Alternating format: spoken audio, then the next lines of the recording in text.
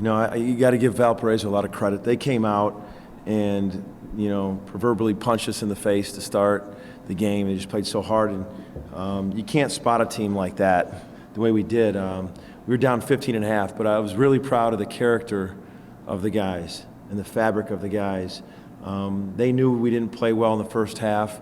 They knew that they were up against a team that was running on all cylinders in that first half, and they came out ready to compete, and it takes a lot to battle back and tie that game against a team like that, as veterans as they are. And I think they did what veteran teams did. They found some solutions to win games, and the game. And I think when we battled back, they got 2 threes off of second chance rebounds. They rebounded, kicked it out, and hit 2 threes. And then they got another 2-point basket off offensive rebounds when they missed their shots. We got to build off the second half and just learn. We were a lot of teaching moments for our young guys in that, but you have very small margin of error when you play a veteran team like that. That's a conference champion team back to back, and you got a small margin for error. And I love the culture of the guys, how they battled back. I mean, it's tough when you're facing a team and you're extremely young, and they're extremely veteran, and they're clicking on all cylinders. To keep the faith and bounce back in the second half to battle back, we got to build on that. We're in a result-oriented profession, but we're also in a teaching profession, and there was a lot of teaching moments in that for our young guys. But you got to give it to Valparaiso. I thought Bogan played terrific. I thought he was just hard-nosed, veteran kid who just, even when they got down, he was just tough, made some big shots for him.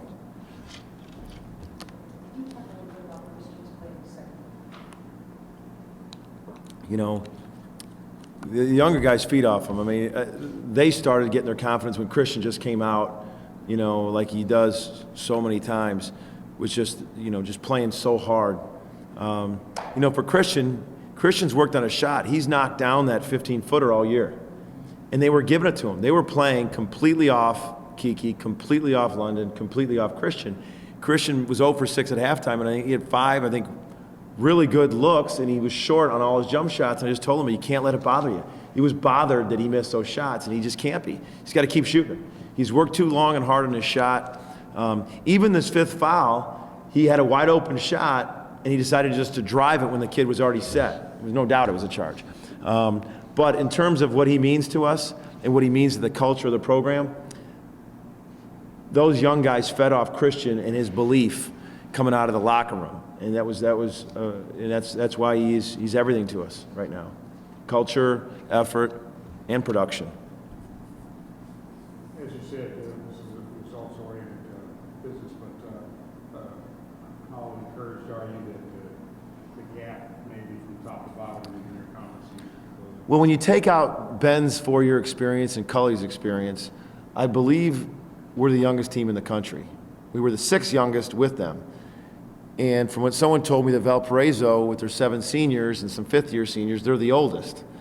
And, you just got to build. You were trying, I knew it was going to be a long, you can't do this quickly. I've said it over and over. If you're going to do it right, you got to do it the right way, slowly. And we're building with a lot of young kids. We had 6 scholarship players in street clothes tonight. 6 scholarship players in street clothes tonight. And it's not an excuse. Just an answer to a question. But those guys got to learn. I mean, we're trying to teach those guys some things about this is where we want to be. This is where we want to be. We want to be playing for, those guys came in here playing for a share of the conference title. And that's where we want to be. And you can see how hard and tough and physically strong they were.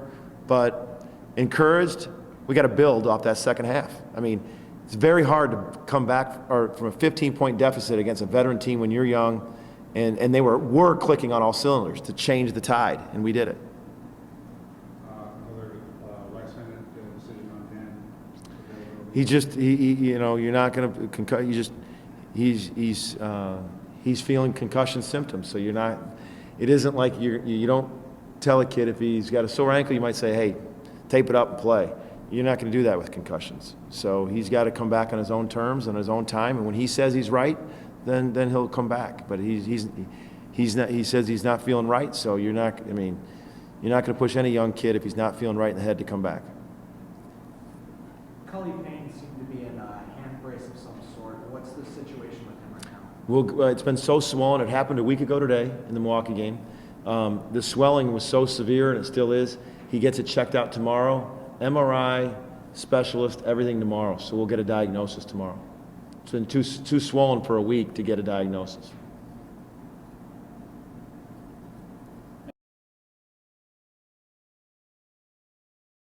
Jordan, what was working for you guys? Go ahead.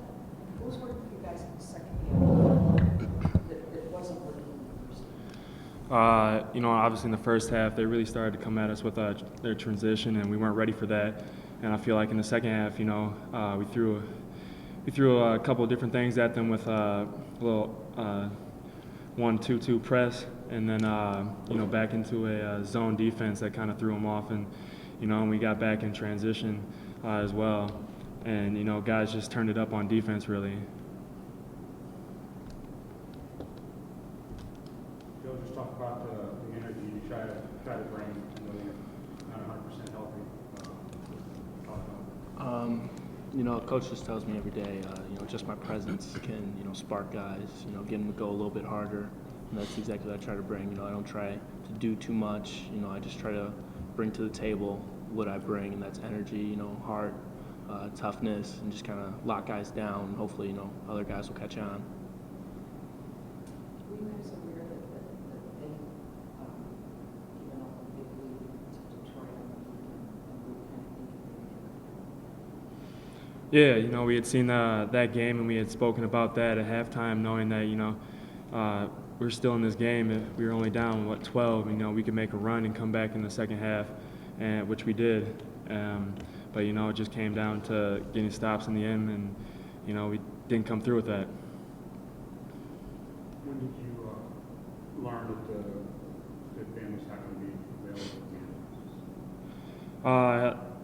It was pretty much a game time decision again, and it's just day to day with Ben. Hopefully we can get him back, but I'm happy with the guys that are out there right now.